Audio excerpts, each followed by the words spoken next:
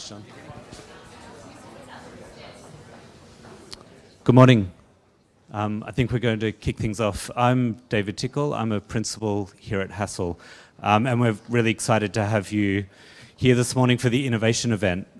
As designers, innovation is really at the core of everything we do. So every project is different, every site, every client, every brief calls for, I guess, new and innovative thinking. So we're always searching for new design solutions, new ways of thinking, new answers to some of those big challenges that we're facing.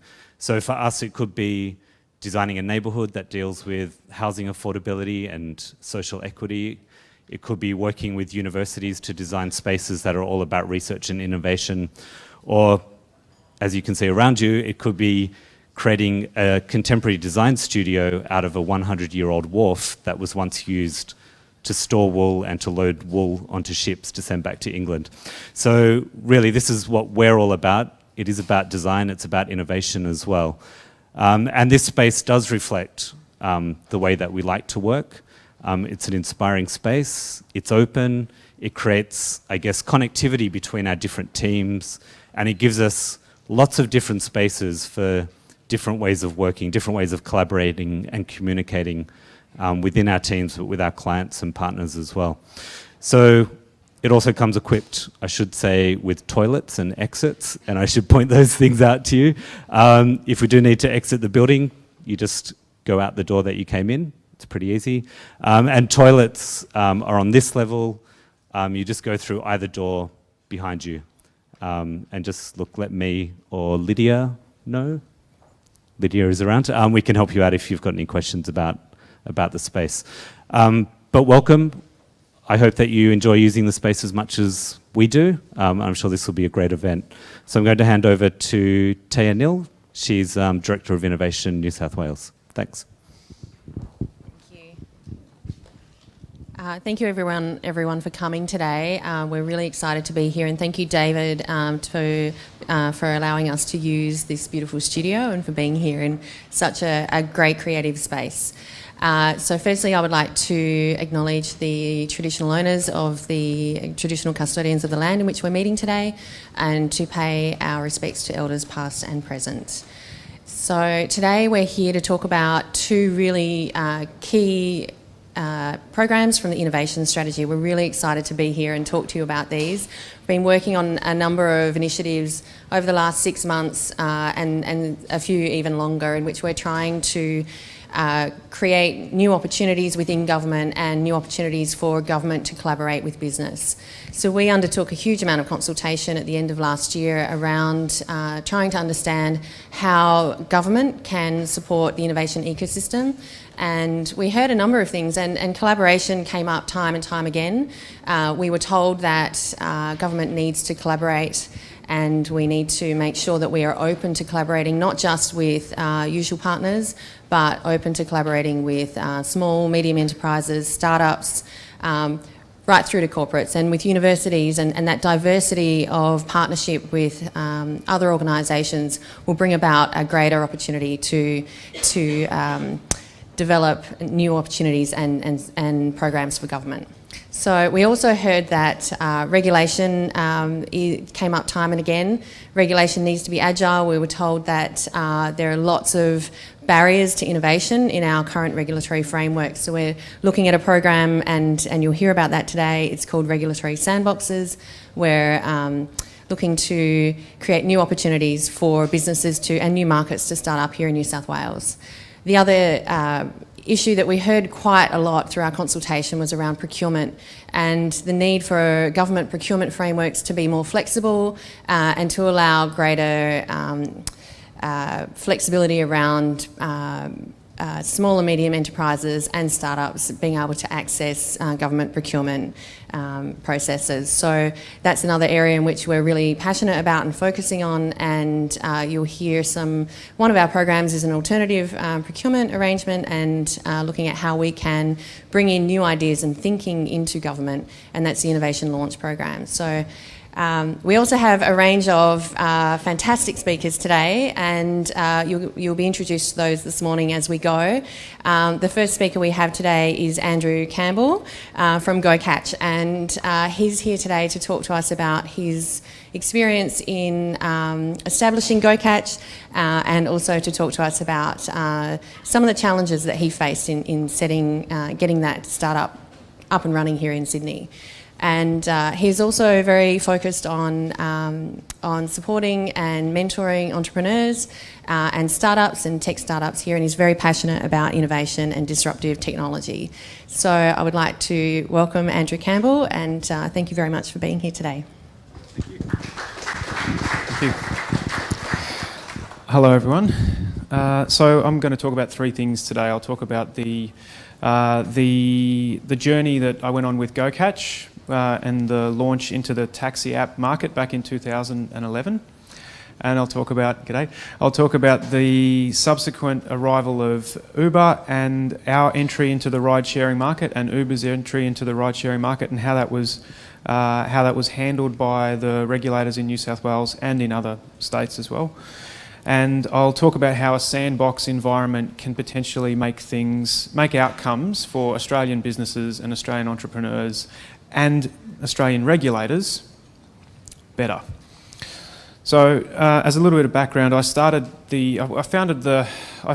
myself and my co-founder founded the GoCatch business back in 2011, and after winning prize money in some pitching competitions for the idea, we were very fortunate to have the support of the New South Wales state government, Department of Trade and Investment back then, with a $200,000 grant. So the New South Wales government actively supported this business with funding right from the start, and we outlined exactly what we were going to do with a taxi app, connecting consumers directly with taxi drivers to catch taxis more effectively.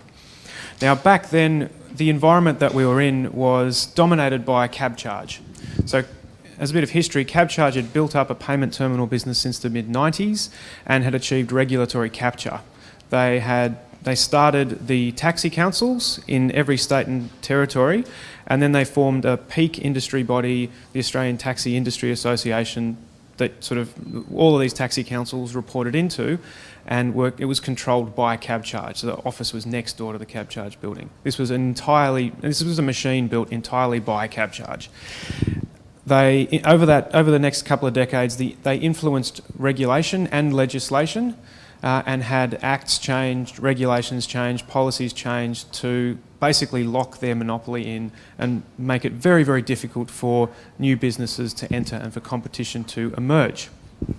So when we came along in 2011, we were met with great support from right-thinking people in government, the public, journalists, investors, consumers and taxi drivers alike. However, when we launched the product so we had support from the regulator, we had funding, we had support. When we launched on June 23rd, 2011, the taxi council machine swung into motion and started labelling us as rogue operators, a risk to public safety, health, people were going to get raped. That's what they said in the media. And then they got on the phone. So they started calling ministers, bureaucrats, everyone that they could to try and have us blocked. So our approach at the time, being an Australian startup, we'd just raised $250,000 in equity funding to match the $200,000 from the government grant. So we had $500,000 in our bank account. So it's not a lot of money when you're trying to take on Cabcharge.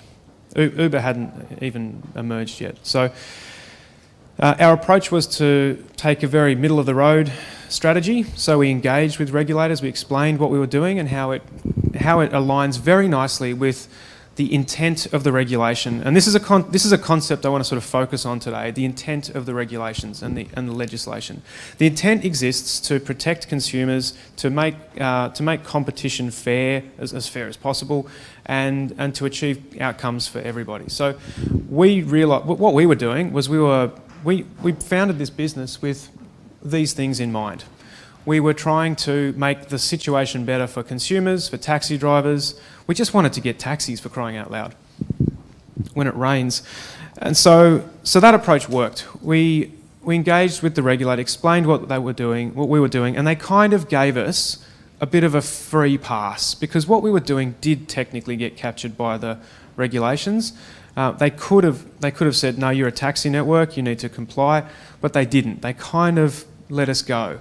And that's essentially what the sandbox idea is. That's a good outcome. That's a common sense outcome for everybody involved. They didn't have a sandbox framework to work with, but what they ended up doing was a default sandbox type approach. So that all went really well. They enabled us to operate. That's all we needed to do, and we achieved really strong growth. I raised another round of $600,000, and then the year after that, in 2013, I raised $3 million, and we brought some of Australia's leading investors into the company. At that point, we were in every major capital city, and I took the same approach with every regulator: Canberra, Queensland, Victoria. The Victorians they had their own controversy going on. Graham Samuel had come in as chair of the Taxi Commission, and that was very topical down there. Same in WA, and I even went to Tasmania where they didn't actually have a regulator down there. It was just kind of self-regulated. But that approach worked. We had really strong growth. And then, so where we were up to, at about 2014, the business had about $4.5 million in the bank after raising all this equity funding. And we had 10% month-on-month growth, and it was national. It was going really, really well. At that point, I left the business due to a split with my co-founder, and I went on to do other things, but I remained a large shareholder, and I ended up coming back onto the board a bit later on. But what happened next was Uber launched ride-sharing. So here was GoCatch with plenty of money in the bank, strong growth, creating Australian jobs, doing great things, improving the efficiency and safety, all these great things for the taxi industry, and doing it in a way that was fair and equitable. We didn't have surge pricing. We weren't ripping people off. It was going quite well. When Uber launched the ride-sharing product, it took off straight away because it's cheaper. Everyone wants cheaper fares, right? So I was back on the board at this time. As we decided what we would do at a board level, we considered just doing it. But at the time, the regulators asked us not to. They said, don't do it. We're enforcing these regulations. If you do it, we're going to enforce against you too. We couldn't, even with $4.5 million in the bank, we hadn't raised several billion dollars like Uber had. So we couldn't afford to pay fines and just and aggressively litigate against regulators in their own jurisdictions. So we didn't do that. A year passed and Uber just gobbled up. It just went crazy. The ride-sharing thing really took off, became a household name, and we still hadn't entered the market. And we couldn't because the regulators were still trying to enforce but doing it badly. So in about 2015, the outcome where we were at then was our growth had flatlined. So when I left the business, we didn't have any growth. It just went sideways. Uber created this whole ride-sharing market, and we couldn't participate. So that left us in a very difficult position to be able to raise equity funding and continue to grow the business. And but as a result, we have now launched a ride-sharing product. So about 12 months ago, we launched a ride-sharing product. We have ride-sharing products in Sydney, Brisbane, and Melbourne. Now, we're really struggling to compete against Uber, that's a fact, but we're the only other Australian company operating in that space. So to wrap up this little section, I'll just summarise by saying that it worked out badly for Australian startups and Australian business and Australian consumers because we've gone from one monopoly of cab charge to now having another monopoly of Uber where you get surge pricing. So you'll pay $300 to get home on a rainy, festive night, and the regulator just can't. The regulator has absolutely no authority or control over Uber. It's proven that it completely failed. It was humiliated in the media for its activities. We offered to buy phones for the regulator because Uber would, in their enforcement activities, the RMS would post jobs on Uber and then go and fine the drivers and take them to court, etc. But as soon as that happened, Uber blocked access to those phone numbers and those devices. So we offered to just buy more devices. And they politely turned us down and said, no, it's okay, we've got this. They didn't have it. They completely failed. And they certainly failed us as a business in New South Wales, paying payroll and tax. Well, not profitable, so they don't pay tax, but we're building a great business anyway. So that was the outcome. So how could that be different in a sandbox environment? This is the last little piece I'll talk about. So I think that, so where I am now is I work for a company called Slingshot. As well, I still manage the asset that I have in the equity position I have in GoCatch, and I advise on a number of other things. But day to day, I work to bring corporates and large corporates like HCF, SEEK, Hudson, and the NRMA, for example, together with startups to accelerate the journey of startup business development. So building new products that generate revenue faster. So the thesis is that by connecting large corporates and startups together, you can achieve these outcomes more effectively and quickly. So in my day-to-day job doing that, I see a lot of corporate attempts at innovation, and I see a lot of startup businesses emerging and growing.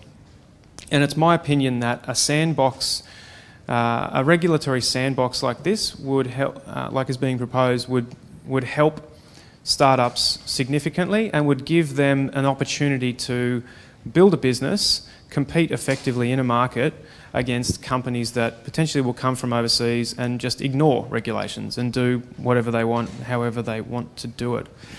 So that's obvious, I think. Anyone should be able to see that. The other thing, however, is probably less obvious. The sandbox represents an opportunity for regulators to improve their own product. What is the product of a regulator? I think the product of a regulator are its policies and regulations. Not so much legislation, but the regulations and policies and processes that a regulator, that a government body administers are its product. They serve, and they're there to serve the public and the consumers. So how do you improve policy and processes? Well, a sandbox can help you do that by being able to deal with new emerging technology as it arises. You can test something out, put it in this environment. It's a special case. Give it its own attention, give it unique attention, and treat it in a unique way, but then learn from it. So by engaging with disruptive technology and disruptive fire alarms. Yeah, I'm not sure what we do, but I can keep going, or we can evacuate the building. If everyone could just remain stationary for a moment. Yeah. We'll just pass you to a mic so that you can be heard. I was just about done, anyway. Oh, really? Yeah. Shall I wrap up? Pass you. So sorry, yeah. Or not, I don't know. What So, yeah, I don't know. And just take the mic, because they won't be able to hear you, and we're live streaming. So this... Hi to the camera over there. Sorry, this is the fire alarm. I'm going to have to ask you to evacuate because it automatically goes to the evacuation process before it turns off. I'm really sorry to disrupt your event here. That's entirely fine. Anyway. All right, thanks everyone. We will be returning, so if you can follow the fire wardens and follow me, and we'll be returning as soon as the evacuation process is finished. To do that, I'm going to talk to you about the Regulatory Sandbox program. It's an incredible program. I'm not sure if you guys are aware, but we believe it's the first of its kind in Australia outside fintech. Someone here in the audience mentioned that they'd been to ASIC and heard about their regulatory sandbox. We did propose ours first, but they got to publish theirs ahead of ours. So a really exciting initiative to be part of. I'll just let one more take their seat. So the Regulatory Sandbox program, the intention is that we can support you to test your ideas within defined boundaries. I'm going to have to actually look at my notes after that little adventure that we just had out there. What I'd like you to do before we go in and talk about that is get your creative thinking going. I know you've just been standing up outside, but put down your devices for a second, disconnect, I don't know, close your eyes if that is what works for you. Because I want to ask you a question. What if you can imagine an idea that transforms into a product or service that has huge impact, incredible benefit, but you run smack bam into a regulatory barrier that blocks, hampers, is a barrier to your innovation. Now, coming back to the room, turn that around. Today is an opportunity, through the Regulatory Sandbox program, to turn that barrier into an opportunity. So we're going to talk to you about exactly how that works through James. I'm going to try. Okay, so this is our Regulatory Sandbox program timeline. As you can see, we're actually already in submissions. Submissions have been open since late last year. And a couple of dates for you to remember here. Submissions are going to close on the 24th of February, and then we plan to open applications for the actual sandbox in about the middle of the year. Now, what's going to happen after we close submissions is we're going to use all of the information that you've given us about your innovations, and we're going to work with our regulators to design and open the first sandbox in about the mid-half of the year. So I want to give you a little bit of an insight into what exactly a sandbox is and how it works. So what it means to you as innovators and people who have products and services you want to test in the market, it's a mechanism where you can actually test something similar to Andrew's innovation in taxi riding in the market. And how we make that happen is we provide a temporary exemption from New South Wales regulations that you've told us are preventing you from operating in the market, from delivering your innovation. Now, we're after something quite specific. We're looking for innovations that have potential for significant benefit. The Sandbox program is basically offering you the chance right now through the submissions, which currently close on the 24th, the opportunity to inform which areas of regulations that we should be looking at, which regulators, therefore, we should be talking to. So the big question I guess we want to ask to you as the audience today is, where are those opportunities? Which are the areas of regulations that you play in, and where do you see the first sandbox? You told us that through the consultation on the innovation strategy that regulation needed to be more agile. It needed to be more responsive. So here we are. These are the categories that we considered. So medtech, or is it agriculture tech? Is that where the greatest innovation could be that currently has a regulatory barrier? Perhaps it's in resources and energy. I believe we have Rob in the audience from the regulator for energy today.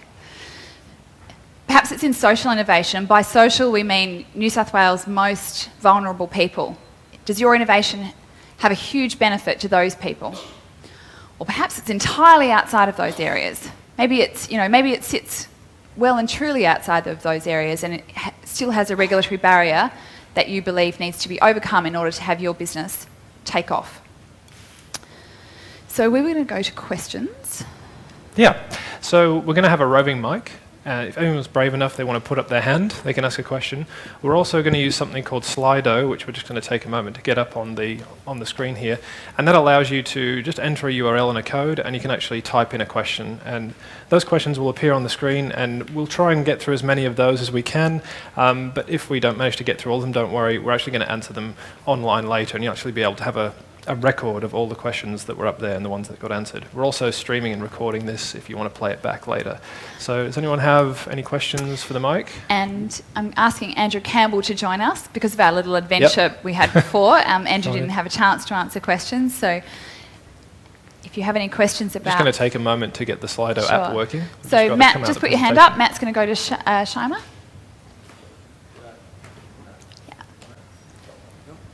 The Uber example that was given before, so I now want ride sharing to be available anywhere, anytime. I want to be able to set up my own and use GoCatch, use whoever, whatever. I want to set up something like the NRMA and fix cars directly and whatever, yeah? Mm-hmm. There's no barrier in that realm because Uber has already squashed that. Yeah, they've already overridden that because they took over the market and said, she'll be right, she'll be right, she'll be right, and they're there. Yep. Is there anything stopping startups taking the same approach and working with you guys to help facilitate that? She'll be right, she'll be right, she'll be right, long term? I think what's stopping Australian startups is the fact that, okay, let's just be realistic about what happened with Uber. Uber is not based in Australia, therefore Australian jurisdictions don't really affect it because it's an online platform. So that's how, in one sense, it was able to operate without suffering the wrath of the regulator, if you want to put it that way. It's very hard for an Australian regulator to go to America and get compliance because our laws don't hold sway there.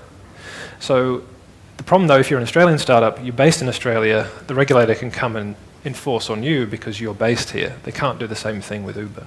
So that's where, this is part of the reason why this program exists, is because we recognize this situation, and we don't want to have a regulatory system that says comply or die. We want to have a regulatory system that says, wow, that's interesting.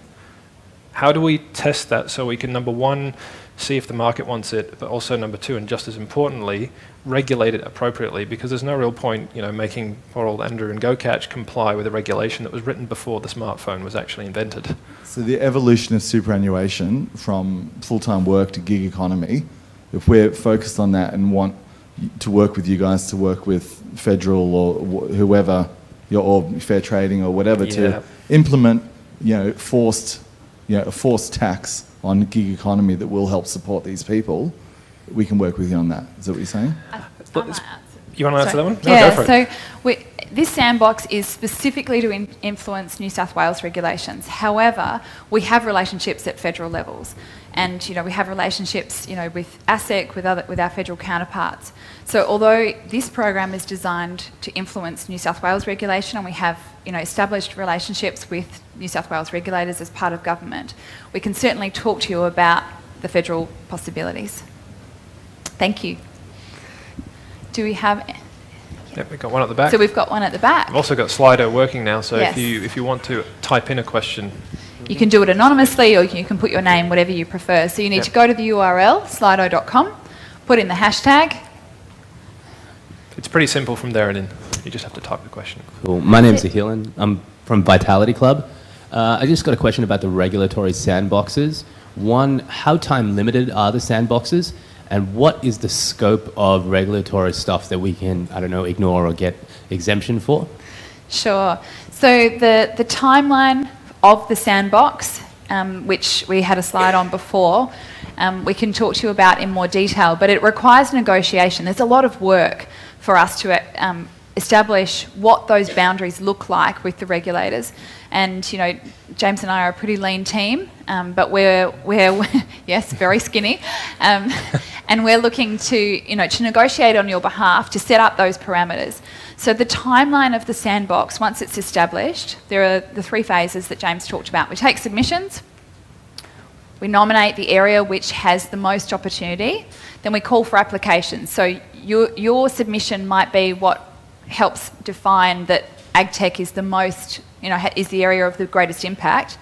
However, we need to open it for applications so that anybody from the market can put an application in. We then negotiate with the regulator, establish the boundaries, and establish the time frame. So that time frame needs to be appropriate to both the regulator and the businesses that are within the sandpit that are testing their products and services, because the intention is to facilitate you getting to market faster. That was the first part of your question. The second part? Sure. James, do you want to answer that? Yeah, there are some things which we cannot look at, and that's liquor and gambling. And also anything which involves public safety. So there is an example that I use, which is probably a good one to give you an idea of where the scope is a little bit blurry, and I think that will help. So we've been talking to Food New South Wales, who have actually done a few sandbox-ish things where they've had people come to them and say, I want to do this, but it's not within, it doesn't actually match well with the regulations. So the example was cold pressed milk. So if anyone knows what that is, I'll spare the details, but essentially they had another way of making milk safe to drink. But the regulations were prescriptive. It says, heat the milk. And they had another way of doing it which didn't involve it. So obviously they couldn't really sell it in New South Wales. Rather than the regulator, rather than saying, you have to heat the milk, they said, okay, that's interesting. So you can do the same thing, right? Yes? Okay, well, if you can prove it, then we'll allow that to be sold in New South Wales as an alternative method to the current regulations. Now, the reason why it blurs the boundaries is because you can't just say to this startup that says, don't worry, I can make milk safe. Okay, go sell it to a few people, and if they get sick, call us, and we'll see what happens. Obviously that's not responsible. We have to be responsible. So the scope that we have is we can allow you to play with markets. So I suppose, Andrew's GoCatch example was a good one because it was more about, well, there's a monopoly. It's not really about public safety, although there were implications of that, but they were solved. It was more about, well, is there a monopoly there? How do we actually increase competition? That's easier to do because you're not testing it with something that might kill or hurt someone.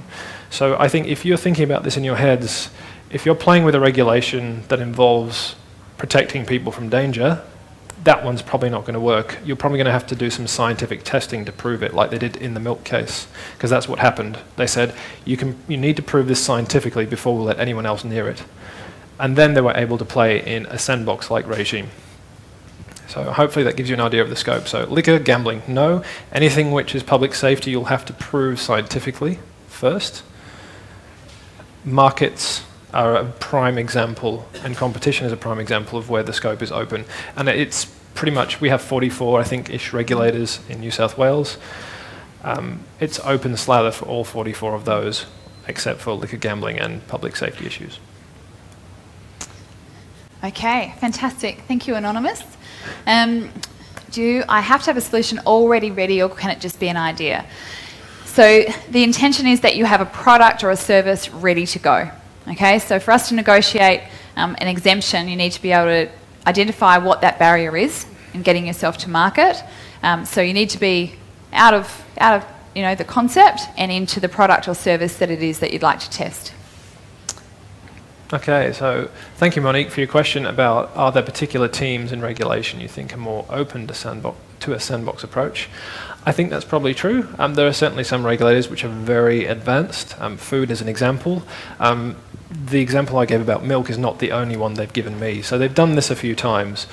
It's a spectrum. There are some regulators which are very much looking to change their regulations to suit innovation, and there are other regulators which just, for what reason, I think it's probably more of a resourcing issue. It actually takes a lot of effort to resource a program where you're allowing people to test things, and they're not all equal. But that being said, our team is here to help bridge that gap. So if there was a very good case, if we have a lot of submissions around a particular area, the role of our team is to support that and to support the regulator in being able to put up a sandbox. So although the capability within the regulators might not be equal, we're aiming to assist them so that they can actually deliver a sandbox. Again, this is industry driven. That's why we're having this session. We would not want to be saying, we're going to tell you where the sandbox is. We would rather have, through the submissions process, people say, well, I've got great innovations in this area. So yeah.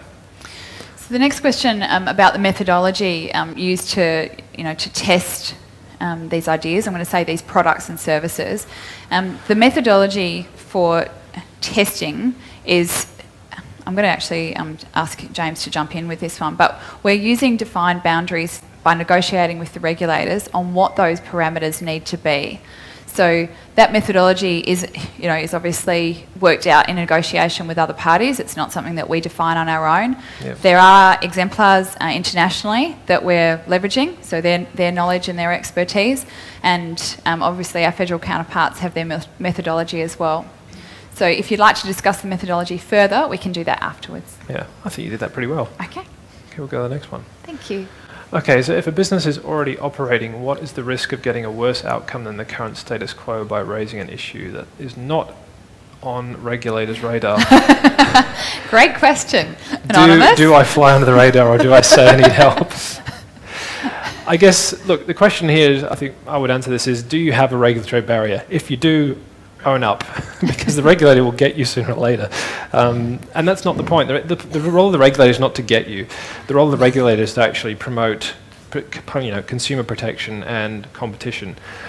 But it's also not to stymie innovation either. I mean, we have a New South Wales innovation strategy, and part of that strategy is better regulation. There's a whole team devoted to that. So I would encourage you, like Andrew did, I mean, you've heard his story, engage with the regulator.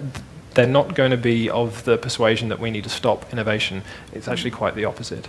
So I would encourage you in most cases, yes, go talk to the regulator, because if you don't, you run the risk of not actually realizing there might be a part of your business or an entire market segment that is regulated and you're currently operating in breach of the regulations. And that's going to be bad. It's going to be bad for you, bad for your investors if it turns out that you haven't done your homework and you find out after you've got investment and after you're operating. And I want to know what that business is. It sounds really exciting. So please, anonymous, come and talk to us afterwards. Yes, we promise we'll be discreet. I can share a little bit on Yeah, that as go. well. That was a dilemma that we faced in every different jurisdiction around the country. And sometimes we were proactive and sometimes we were reactive. So we would, and often it was better to wait for the regulator to send us a letter saying, "Oh, it has come to our attention that you are operating in this area. Please come in and have a chat." So that's essentially what we did. We reacted in some areas, but we were proactive in others. So as entrepreneurs, people in these businesses should need to just get that balance right. But if there are key regulatory stakeholders, like in particular in the state that which you operate, it makes sense to be proactive and get out there first, I would say. Are there any other questions from the floor before we go to the next anonymous? Anyone? Oh, we've got two. The gentleman up the back. Thanks for using the mic. It would be great to have clarity in New South Wales about regulation, but most companies now, which are particularly online or innovative, are operating nationally. Is there any connection between New South Wales and other state regulators about collaborating on the solutions that are created in New South Wales? Wow, that's a good question. That is a really good question. We are in the initial stages. I won't, confess to having all the answers at the moment. In reference to the earlier question we had from Sharman down the front, we do have relationships with federal government, and I would take your idea that we need to be influencing at a federal level and looking at cohesion more broadly. That said, this program, this very tiny program of 2 people, needs to get some, be able to define benefits and demonstrate value. So our first step will be to get a product in that test environment and help get that to market very quickly, so that we can demonstrate the value in more, in other environments like federal. But yes, take your point. Very good. I can tell you what I would do as well. Like if I was you and I had a product that was, or if I was me, and these guys were around in 2011, what I would do is I would engage with them, say, "This is what we're doing. Can we put this into? Let's work with you," and then I would use that as a tool. Right? And then, so when I wanted to engage with other regulators around the country, I would say, "Hey, we're in the sandbox. We've got our regulations sorted. Come and speak to these guys." And I'd use the regulatory sandbox as a tool to engage other regulators and demonstrate that you're complying with the intent of the regulations. Give them a framework to engage with, and then just solve your regulatory challenges. And you'd also take that to investors and say, "You know what? When investors ask you, oh, so how are you navigating the regulatory environment? It's complex, I don't understand it." It's okay, it's all sorted. We've got this regulatory sandbox, we're working through the issues in an iterative way, and we're engaging regulators nationally through this process. That's what I would do. So we're getting close to time, and we've got 2 more questions, one on screen and the gentleman who put his hand up. Do you want to just pass the mic along? While we're getting the mic to that person on the left. Does the idea to use the sandbox need to use environment, or is the grant available for ideas that need not necessarily use the sandbox environment? James, do you want to go? Okay. Sorry.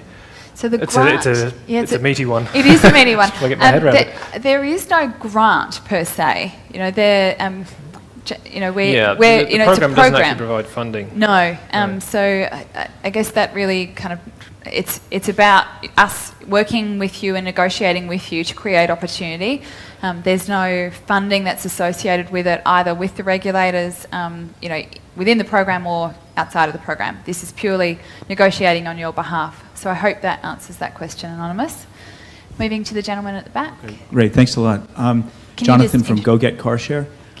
Just a question. I noticed you said other, in terms of the other areas. Transport wasn't up there. Would transport be in there? Absolutely. Okay, great. In And- fact, our next speaker is going to talk about one of the challenges in the transport area. So, yes, most definitely. We'd welcome any submissions if you believe that there's a regulatory barrier in the transport area and your innovation needs negotiation with the regulator. Please Right. come and put a submission in. Great, and I just have a follow-up to that. If there are other kind of fast-track or sandbox-type initiatives happening in other departments in New South Wales, does this trump that, or do they work together? Like, in other words, if you were pursuing a similar Sure. A similar thing- initiative and negotiating with the regulator Yeah, already? Exactly. Sure. We'd love to know about it. Sometimes, we're already aware of other programs that are already happening, but it does help that both that agency, if you're working with Department of Transport, it can provide them with support to be able to negotiate with the regulator as well, if they're not already doing so. Okay, great, thanks. Okay. We have one last question from the front, so I'm going to take that mic. Just can you pass it down? Thank you. And then we need to wrap up. Please feel free to come and talk to us afterwards if you have other questions. That was a good question to kick off. My question, I'm interested around FACS, Family and Community Services. So one of your challenges is domestic violence. So we work with a particular organisation. So FACS is really quite, it's kind of problematic, and they've got a lot of issues that they have to deal with. So is there scope there to negotiate? I won't answer that question because it relates to a different program and that speaker is coming up. So that's a very good segue. Thank you. If I can just go to our final slide. We are excited about working with you. There's obviously a lot of appetite for regulatory sandboxes. We look forward to answering your questions further afterwards. Over to my left, where there's a pop-up concierge, and people will be able to help you either create your submissions, or if you have questions about the process, please come and talk to us. We're pretty easily identifiable, given you followed us out of the building and back in again. All right, thank you both. Thank you. Okay.